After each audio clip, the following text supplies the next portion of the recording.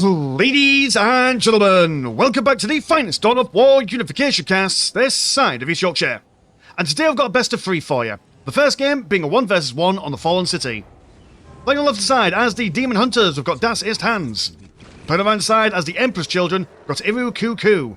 Iru Kuku will be opening up a couple of Pleasure Cultist squads, a Pleasure Slave, Slaneshi Lord and a Possessed Conduit. Whereas Das Ist Hands is going to go for a couple of Brotherhood Champions, a Plasma Generator, and a Teleportarium Orbitalis. So here we are, it is indeed a best of 3. Now I have had a cheeky look at the next 2 games, and I can confirm that Iru Kuku is playing the Emperor's Children for all 3, whereas Das Ist Hands has chosen the Demon Hunters for this game, and the next 2 games he's going on random. So, I mean, it's quite a tall order for him, to be honest. I mean, Emperor's Children in both the faction tier lists that I've done on this channel, they both featured the Emperor's Children as the #1 slot. I still do believe that even after the little patch update that I had a couple of months ago, the Emperor's Children are still top dog in the power ranking. But that being said, though, the Demon Hunters, especially going for the Grey Knight tech path, is pretty darn strong. They come out very expensive as all hell, but small amounts of them could do a hell of a lot of damage. And one thing, especially about this map, is that yes, okay, you can go through down here and traverse over on this side as well. But because all Grey Knights have just like the ability to teleport, there's also a secret third path that they can go up and about. So any kind of argy-bargy that they get stuck in, they can go down here, teleport to safety, and that's all good. And that's one major bonus for them, as a weakness for these guys, is that if they get killed and stuff, quite expensive to replace. So any other avenues of escape for them is quite useful. But then again, the Emperor's Children are pretty amazing in in all the tiers really. The Pleasure Cultists, yeah, okay, they're a bit weedy and weak, but getting them involved in close combat, their knockback is quite incredible. So if they go toe-to-toe with someone, they probably won't win an engagement, but they'll certainly hold you down for quite some time. I mean, look at that. I mean, how much do you weigh? Probably like 50 pounds wet? Poor phrasing, I know, but like, and then knocking down these guys who are like, what, a couple of tons, more or less, 8-foot giants, being knocked about by scantily clad ladies in, I assume, leather. I hope it's leather. So these guys, although in theory they should be able to win, they can't physically stay up on their feet for any length of time. So that is a problem for them.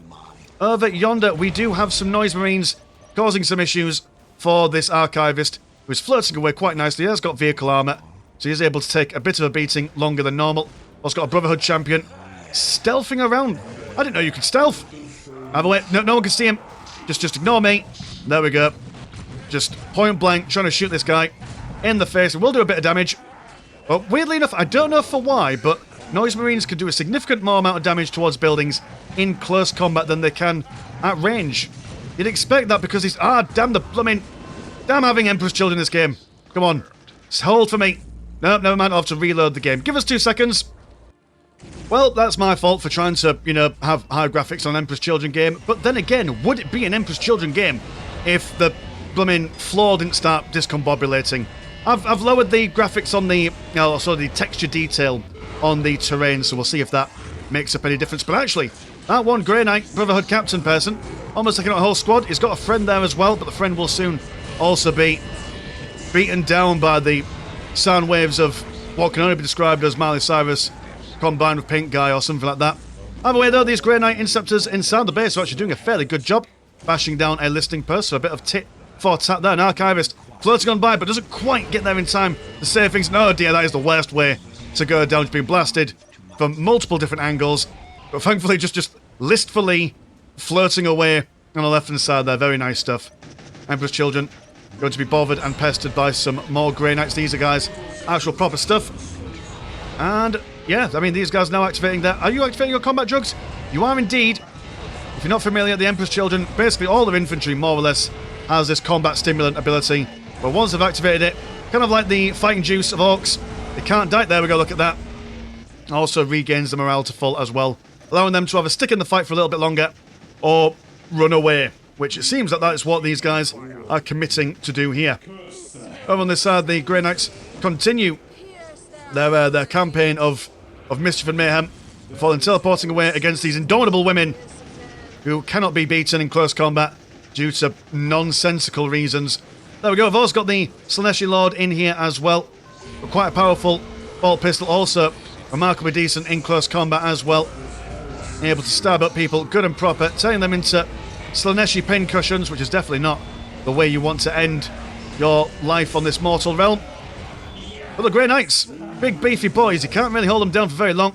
And even the Slaneshi Lord joining these guys. Oh dear, this guy's hanging around very unfortunately.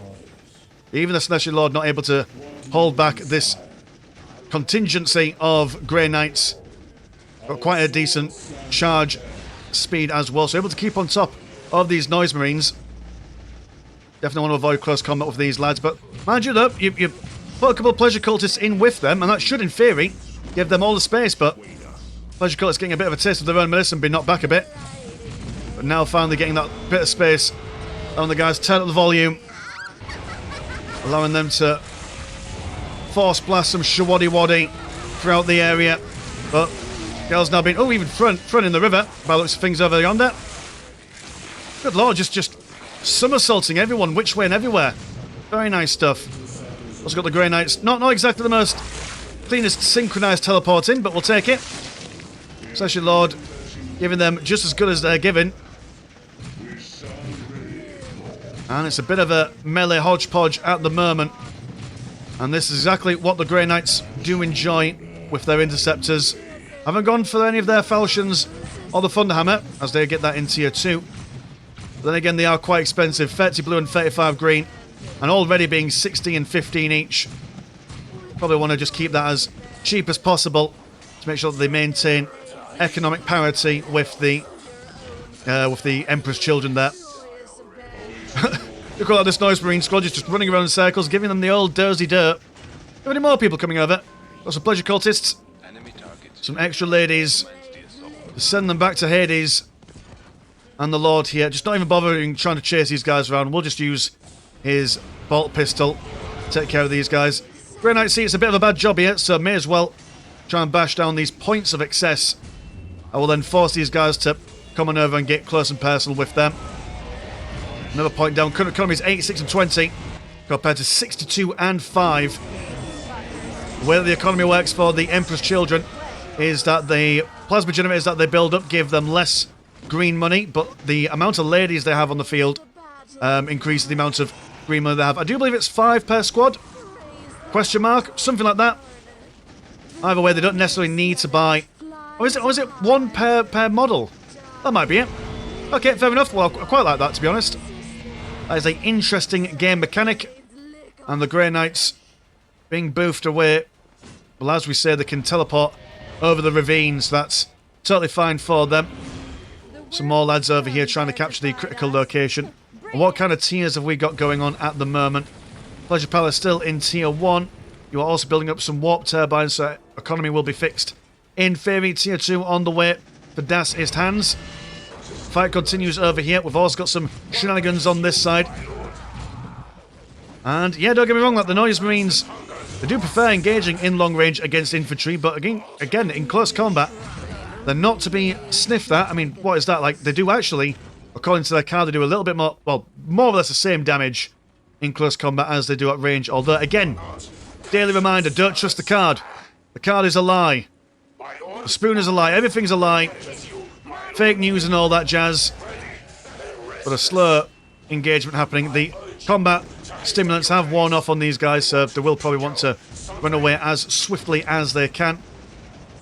Imperial Icon zapping the Noise Marines with the Slaneshi Lord falling a little bit behind there. And so the Grey Knights, they are, well, not Grey Knights, they're Demon Hunters technically. They are in a strong economic and technological position here. Should be able to get the more advanced Grey Knights out. They can get their, is it Purifiers with the long range capability? And that's definitely what Das Ist Hans unit composition is missing out on. Get the melee squads to chase these guys around, and while they're running about, they can have a range unit to shoot them up good and proper. Whereas the Slanesh side of things, I mean, really, they need to get into tier 2 ASAP. They cannot handle being on a technological disadvantage to these guys, as a lot of the Slaneshi power is unlocked within tier 2. Able to get a lot of good stuff in the form of the Warp Talons. They get their vehicles. They could, if they want to, in tier 2, go for the House of Glaw tech path, which does lock out the Pleasure Cultists, but does allow them to get some free Glaw agents, which you know, might just be enough to stem the tide of all these Grey boys. Just do what I say. And yeah, one thing that you really want to do against the Grey Knights is just make sure that you get enough dead models just to prevent them from getting a critical mass. We are seeing a couple of models getting taken down here and there, but no squad wipes at the moment from what I can see. Although, that being said, we might witness it just now. Gonna teleport away there just in the nick of time. Surprised that we haven't seen the relic down here, or the listing post down here, being a bit of a focal point for the assaults of the Grey Knights, but sure he's got a plan. Sure he's got a point of thinking. There we go, also going to use those zappy powers. Anyone nearby them takes a little bit of damage. Can't be that nice of a feeling. But where's Matif? He was watching. At least I think that's where's Matif. Or something like that. There we go, there's tier 2 on the way. Yeah, to be fair, if he does go for Glory Agents, that does reduce his economy. So that might just compound bad problems. Oh, just setting someone on fire. Do quite like how the Grey Knights just think, right, okay, well, we might not like demons, but we'll definitely use the warp to our own advantage. It's only heresy when they do it. One, well, you were brother captain. You've got a cape, so I assume so. A happy time for anyone. Also gone for their interceptor justicars as well. For additional bashing and stuff. There's the point of access being taken down. Tier 2 has been finished, and the Emperor's Children have got plenty of money saved up, which I assume they're going to be spending on warp talons? Question mark? There they are. You can't go wrong with a couple of warp talons. There's just no Emperor's Children tier 2. That's not complete without a couple of squads of those guys. But very nice to see that the Demon Hunters are definitely keeping on top of the Emperor's Children economy. So they might be able to buy the units, but can they keep them reinforced? Well, come on over, but just in the blink of an eye, they've already teleported away because other problems elsewhere. Legislatives don't like this. Might like a bit of pain, but that's too much pain even for them. So dear oh dear. A death by 1,000 cuts, it would seem. Here come the first. Banned by Irukukuwu, who I do believe he used to be called Irukukuwu. But I assume he's decided that that was too close to Uwooing, which is of course banned on this channel. There'll be no Uwoos in the comments. In my life, thank you very much. I don't even know what it means, I just know it's bad. I've seen the memes. I've seen those Imperial Guard cat girls and boys. I don't appreciate boys and girls. Back in my day, it was not allowed. However, wonderful use of the shock ability. Everyone in a big old hodgepodge. Definitely maximising the use of that spell. Psychic ability. We'll call it psychic ability. Spell's more Warhammer Fantasy and Age of Sigmar, I guess. A supporting Noise Marine squad comes on in. And more lightning. Bring the lightning, bring the thunder. Flashbang, as they say. And it is just a mosh pit right here. Grey Knight's been knocked around left, right and centre by the Pleasure Cultists. Warp Talons are in there. And these guys do a meaty chunk of damage in close combat. But good lord, just chill out with all this lightning. They're just constantly on cooldown. Oh, we've got some... we've got the... Oh, right, you did go for Glory Agents, okay. Basically like a poor man's Imperial Guard squad. You can only get 7 members in, but plenty of different weapons for them to upgrade themselves with. Morale being broken on the Grey Knight Interceptors. And it does look like they're lacking in numbers at the moment. They're all going to teleport out of the way. Well, mighty fine engagement from both sides there. Definitely both factions using the best of their abilities to their maximal advantage. Here comes some more Warp Talons. Can the Grey Knights kill another listing post before then getting out of dodge? Probably can, in all fairness. But do they want to risk losing a couple of models when they don't have to?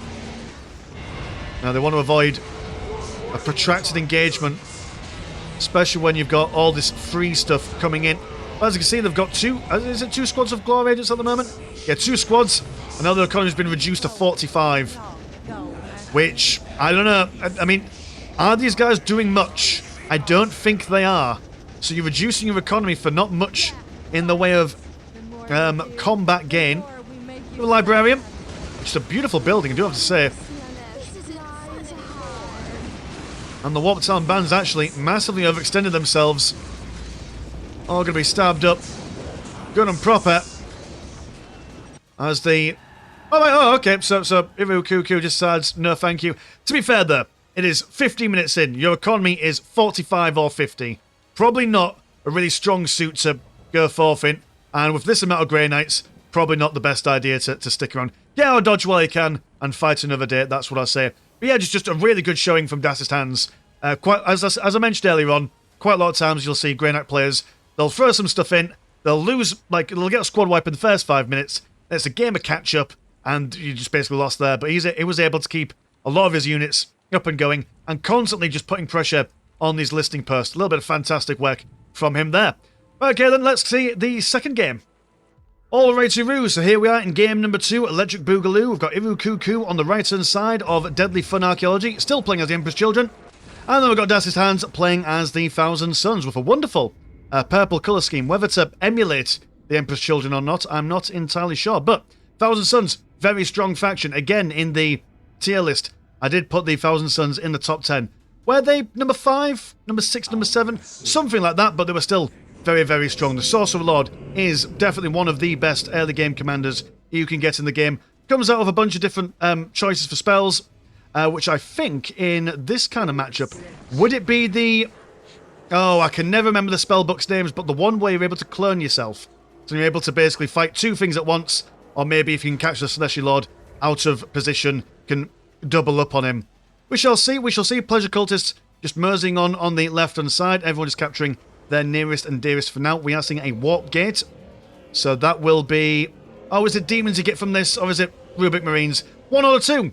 It is going to be 1 or 2, because those are the only 2 units you can get from your Tier 1 production building. We shall see. One advantage that Dass's Hands has as the Thousand Sons is that his builders are able to capture strategic points and build their Silver Spires at the same time, whereas the Emperor's Children do not have that advantage, so able to pour a lot more money. It's Rubik Marines, so there we go. So yes, able to pour a lot more money, or time, should I say, in building up those actual fighting units, rather than having to invest in some capping units. Sorcerer Lord, and what book are you going to go for? That is my question.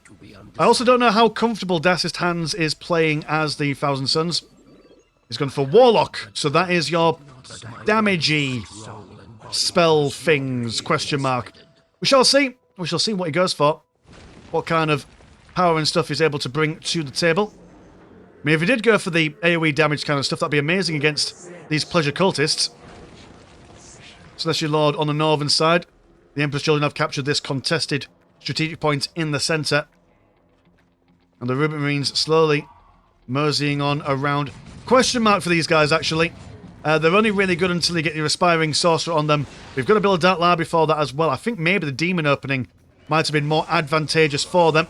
As look at these guys, just unable to really do anything against the Celestial Lord. Need to bring the Sorcerer Lord back, but he's down here, causing some business to these pleasure slaves. We'll actually get a squad wipe here if he's not careful. He's addicted to pain. He can't. There we go. Coward. He runs away and doesn't survive. So there we go. The Noise Marines just saying hello in a polite manner. The rubrics being taken out by the Celestial Lord, attempting to get away, but not exactly the swiftest and nimblest of boys neither. Just can't exactly do much in this scenario. And they're a bit pants in melee, actually. In fact, pound for pound, the Noise Marines are definitely going to be smashing up these Rubik Marines all day long, no questions asked. But he'll just keep on bringing them out as and when he needs. Where's that Sorcerer Lord? Oh, he's engaging the point of excess. But don't get me wrong, he gets it down, which is pretty good. We'll stop these Noise Marines from reinforcing as efficiently, as they will have less money, but you're not killing them, so they won't need to reinforce. So the economic advantage that you gain from taking out a point of excess is mitigated by the lack of dying. But hey ho, no noise coming from these Noise Marines, it's just a gentle boofing with their noise machines. What do you call these? Noise cannons? I'm going to call them base cannons, due to the meme that came out about a decade and a half ago when Skrillex's base cannon came out, and there was a music video I think by Alpha Boozer or whatever his name is. Or someone of that ilk. Look at me referencing memes from a decade and a half ago. You can tell how old I am. Going for a tainting bolt. Attempting to blast these guys up and pop it. Yeah, I think clones want to fight these guys. The regular dudes fight the other guys. Helping and supporting his Rubik Marine comrades in arms. Here's one bolt. Knocks him down. But, I mean, these guys are chunky, aren't they? The heavy infantry. Not exactly going to be falling down anytime soon. There's a Dark Library.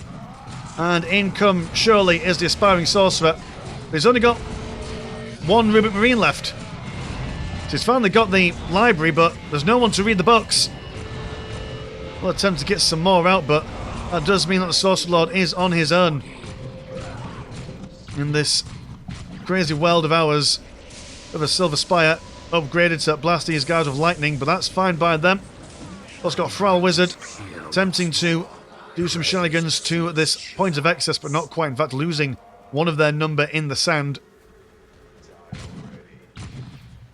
The Sorcerer Lord out on his own. Has to do what he can. Thankfully, the Frowal Wizards are. They've got the las pistols. Throwing a big zap. Almost killing one of these dudes, but they've activated their combat stimulant, so he won't die yet. So the map control firmly in the position of the Emperor's children. That library also in a bit of a precarious situation. But the Rubik Marines are now out, and they'll now be getting their Aspiring Sorcerer, so that should, in theory, help them, but definitely need to get more lads on the field. And also going to go for a Runic Armour upgrade as well, just to make them a little bit tankier. Silver Spire over yonder, going to be upgraded. Current economy is 8, 6 and 24, compared to 92 and 29. It's really hard to keep up with the Emperor's children once you're a little bit behind them, either in tech or army size. A wonderful use of those bolts. Killing one singular Noise Marine. They're going to come round the long side. Bearing in mind that there's heavy cover here. So Noise Marines are in a prime position, but definitely don't want to be sticking around that Silver Spire for any length of time. Quite a decent range on these base cannons, actually. Another zap comes down. You know what? Maybe I was a bit too harsh on the zaps. Maybe I was a bit too harsh on the zaps. It seems to be doing alright. Combat stimulants keeping these guys in the fight, but bearing in mind, though, that you might survive the fight, but once it ends, you still only got one health. Now they're actually starting to amass quite a powerful force. Again, cannot underestimate how game-changing that Aspiring Sorcerer is for these little sandy boys. And you know what, it's quite a nice map for the Thousand Suns. Yeah, okay, fair enough, it's quite Necron-themed, but if you think sand, you think Thousand Suns. Engaging in that negative cover there, as the Celestial forces try and occupy this little island here. Cultists going to leave that critical location alone. And one thing that the Rubik Marines can do as well is when they get into tier 2, they could just basically go straight into, it's either the Warp Bolt ammunition or the Inferno Bolt ammunition. I can't remember which one, but one does cracking damage against heavy infantry, which is what the Celestial forces do have. And if the game goes on the way that it normally does, they'll get Warp Talons, which will also fall pretty quickly to the special ammunition that these guys can get. That being said, though, the Warp Talons will just jump into close combat, so take that into consideration as well. You have some Frowal Wizards being a bit cheeky, setting up what looks to be like a disco. Oh, it's a little Zinch symbol sign thing. It's a bit like one. It's going to go down there, but it's nice while it lasted. I do very much like the effects in Unification. Definitely a fantastic little job to the chaps and chapettes who made those tingy-mabobs. They are now in tier 2. How's the tiers going for you? You have just started tier 2, so grand total of, what is it, 60 seconds? 30 seconds, something like that, to get for standard factions to get into tier 2. Just bolts coming in everywhere. Nukem, baby, nukem. And again, the combat stimulants keeps them in for a little while. Pleasure Cultists have got a fallen missionary, but will fall pretty quickly. Ah, haha, I made myself laugh then. Didn't even expect to have that little play on words there. for sensation. And as we mentioned, the pleasure cultists are required to keep the green money on the go. We do have one squad of warp talons being finished and another one on the way. I mean, they came out as, what was that, 180 blue and 45 green. That's actually quite cheap for what they do. Silver Spy has to be rebuilt, so there's no electric bits here to help them. And this is going to be a really hard engagement for the Thousand Suns here. Still relatively slow, but being knocked backwards by these Talon bands, allowing the Noise Marines to make quick work of this brand new Silver Spire. Thankfully, they've got double zappers here, so that should massively help them in a protracted engagement against the Warp Talons. Also got some more Rubik Marines coming in from that Warp Gate. And while the Warp Talons keep these guys away, Noise Marines pushing into the base, focusing on those Rune Scrab constructs. But if the Noise sorry, not the Noise Marines, if the Rubik Marines can take up the Warp Talon band, then I mean they'll have free reign over these guys. Just depends on how long it takes them to actually get these guys down. Love the use of the Feral Wizards. It's so rare that you actually see the Feral Wizards using their spells in a Thousand Suns game, but here we are. Good lord, just not enough DPS to bring these guys down. Even with the Silver Spire providing that fire support coming in, they just point blank refuse to die, and the Rubik Marines falling thick and fast. Is the Sorcerer Lord still alive? The Sorcerer Lord is not alive anymore. Very unfortunate. Just one by one, the economy of the Thousand Suns, at least the green economy, yep, it's brought down to 0. But they are now activating their Warp Bolt ammunition, which if these guys can stick online, they should be able to definitely crack in the damage. Also got the Feral Wizard leader. And, oh, one decent thing about the Bolt upgrades is, like, if you're playing against the Thousand Suns, you can't quite tell which units have got what upgrades. So I suppose that's a little benefit for them. It's not like, say, for example, Space Marines, where you can tell which squad has got the missile launchers and which ones have got the heavy bolt upgrades, so you can focus your fire accordingly. Or is it just like a really subtle change in the colour of smirk? Either way, it's a lot less noticeable. I've got some more Feral Wizards. No production building left. Dark Library still up there. So their access to manga has not been critically affected in any way, shape or form. I assume that's what's in the Dark Libraries. And here comes the Razorback, so that makes sense, to be honest. Yeah, they've got no anti-vehicle. So rather than just pelting them with even more infantry, just swap over to vehicles. Having a gay old time, all things considered. The Southern Silver Spire. There's a bit of alliteration there for you, boys and girls. Let's take it down. Martial. Psychic powers for more. Psychic powers of the martial variety. Also got the Icon Bearer in there, just to keep these guys in good stead. Razorback does a bit of flanking. Some country music played in reverse, thrown towards the Rubik Marines. And even though they're sandy boys, still can't handle reverse banjos. No one likes it. Barely anyone likes banjos being played normally, to be fair. I don't mind country music, in all fairness. Quite partial to the first 2 albums by Taylor Swift, I do have to say. Romeo and Juliet, massive vibe. She's also got a song called Stephen, which I like to think is a song personally written about me. By the way, 2 Razorbacks in the base, and well, that's it, yeah, the Thousand Suns. Just not able to get in there. I do think that the major mistake there was sending the Sorcerer Lord over here to bash the points of excess, which, don't get me wrong, normal scenario, wonderful idea. And then using his bolts and stuff to blast up the Pleasure Cultists. The main problem was the Noise Marines. So I do definitely think that either the clones or even the Summoning Book being able to bring forth the lesser Zinch spawn, just to basically tie things up, add more meat to the fire, as it were. There we go, so that was game number 2, 1 apiece to the Emperor's Children and to random factions here. Let's go on to the final game and see who comes out on top. And here we are in game number 3. We are on Titanfall, and we've got Das's Hands on the southern side playing as the Harlequins. And then we've still got Irukukuru on the northern side playing as the Emperor's Children. So this is a very interesting faction to random into. It's not the faction you would want to random into if you're not familiar with them, as they are a bit odd. And yeah, it's weird that we've not seen Harlequins for the vast majority of games we've ever seen. And then in the space of a month we've seen this is the second Harlequin game. So isn't that fun and exciting? So interesting potential openings here. We're going to see a couple of mimes, which is good for the capping bits. But also mimes can go infiltrated. And I don't know whether that's tier... I assume they can go infiltrated in tier 1. The Emperor's Children don't have any infiltration detection in tier 1. So that might actually be able to help them out massively with harassing and stuff. But we shall see indeed what's coming from the troop portal. I assume some regular just Harlequin troops want to get their upgrades and stuff. They'll be absolutely amazing. As it's just basically a unit of legitimate Harlequins that can jump around and cause all sorts of issues, which the pleasure cultists might not actually be able to knock back. Now, you can't really knock stuff back if things are just jumping directly towards you. But no change in the build order at the moment. Imuku Karu just going to go for the standard Noise Marines into a Slaneshi Lord. And there's plenty of points for them to be fighting over on Titanfall. So big economies could potentially lead to a quick attack up from both players here.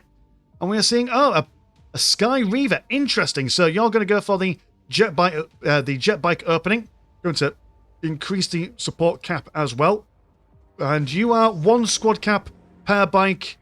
And that gives you 5. Okay, alright, so once you get that, that's a potential for 5 bikes out and about. And you have got quite a sizable amount of close combat damage.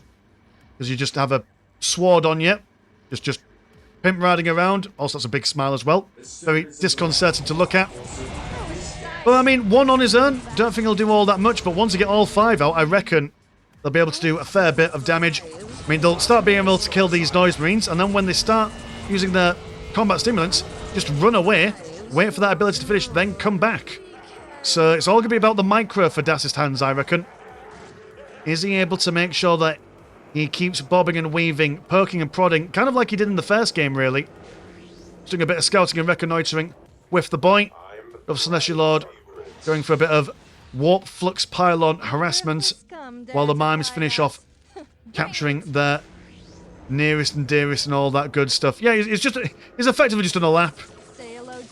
And I suppose one benefit from the Sky Reaver is that they can't be knocked back by the pleasure cultists, actually, so should actually be quite decent taking these guys out in close combat, although they're not the tankiest of boys, even though they have vehicle armor. Definitely don't want to be easing around too close in for too long in close combat. Sorry, my words for some reason have decided to stop working in the past 15 minutes. But the second of the Sky Weavers weaving through the sky.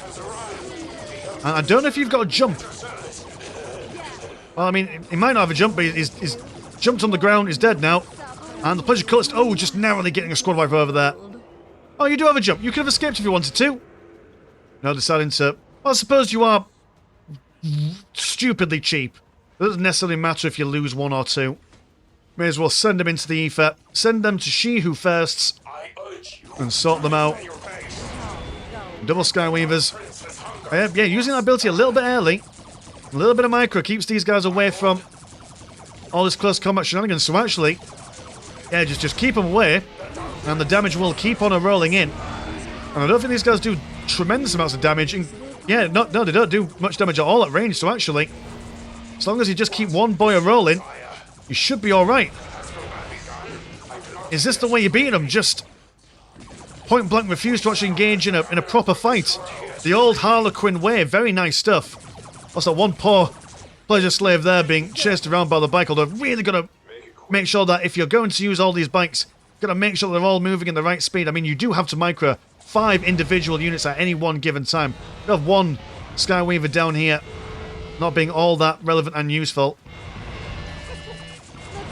And that's the thing as well. You've got to make sure that all 5 of them are engaging. Otherwise, you're just basically reducing your damage output by 1/5. It's less than ideal. Also, don't stand these guys too close to each other. It's not what you want. Skyweaver jumping in. No, good lord, man. You're doing so well. You had the right idea. Engage at range. Poke and prod. Run when damage and danger comes. Now he's just committing to the bit. He's thought, well, we've got a sword. We're going to use it. You can't stop us. Maybe that's part of the play for the Harlequins, you know? Like, in how every time they fight, they've got to choose, like, a theatrical performance to do. Oh, my goodness, it's like the Fabulous Bile trilogy, where... I mean, it's not a spoiler, obviously, but, like, you know, in that book, the Harlequins feature in that. And, yeah, okay, cool.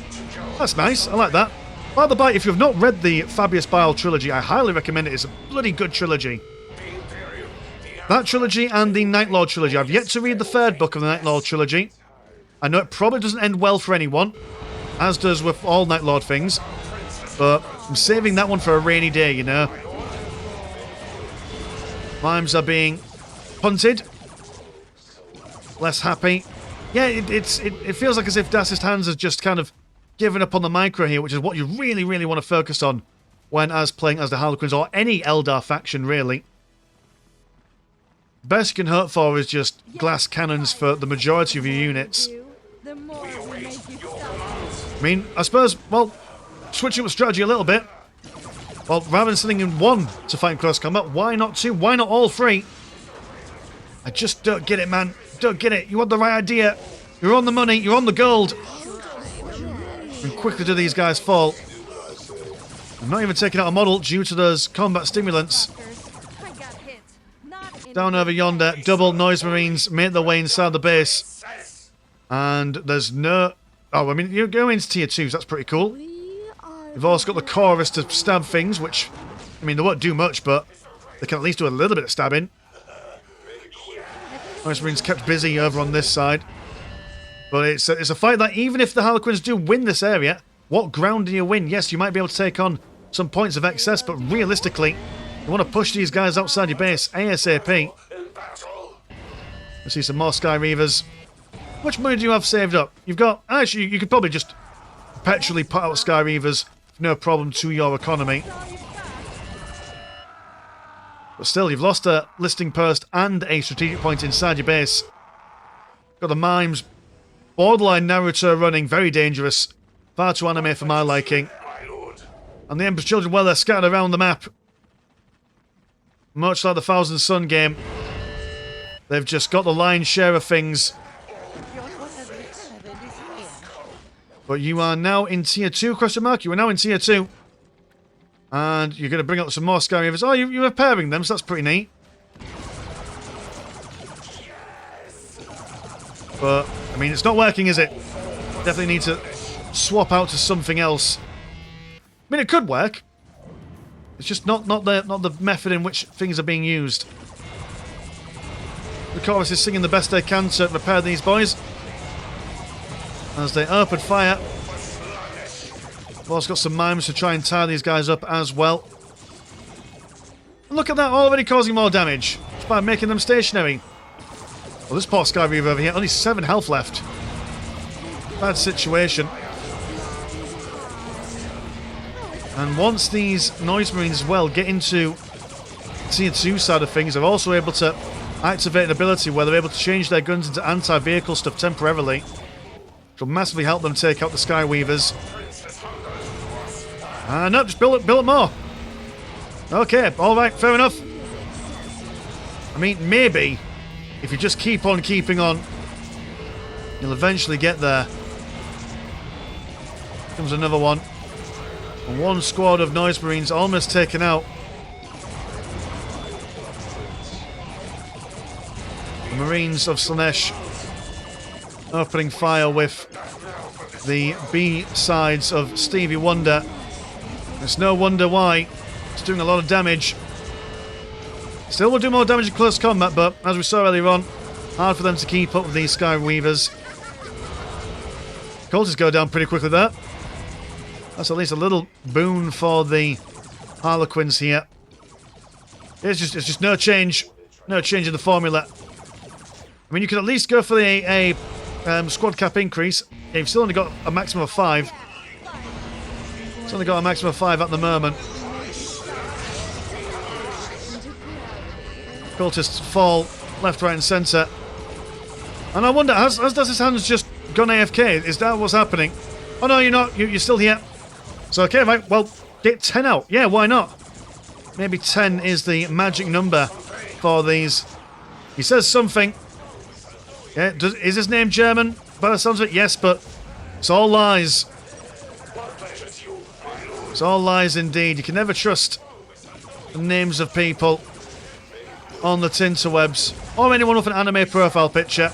I'm looking at you people in the comments. Can't trust you. I'm sorry. I don't make the rules, I just follow the rules. There we go. So that one was, dare I say, don't get me wrong, like the opening for that game, absolutely phenomenal. I thought Hans was on an absolute winner there, but a little bit anticlimactic, I do have to say, in all fairness. I think if he was able to keep up the micro, that would have been a wonderful kind of situation. Able to break down the Noise Marines, much like the Grey Knights in the early game, and just make sure that their numbers don't get too big. Get into Tier 2, get out some Death Jesters, have a grand old time. But no, it was not meant to be. The Harlequins definitely had a different plan going on for them. So there we are, there's the best of 3 for you. So cheers boys and girls for watching at home, and if you want to support the channel, have a look at the old Patreon. £1 a month gets you once a game a week, and there is also Discord, where Discord things happen. Links in the description as always. Mine's been Mr. Landshark, punch is always never short, and I'll see you in a bit. Peace.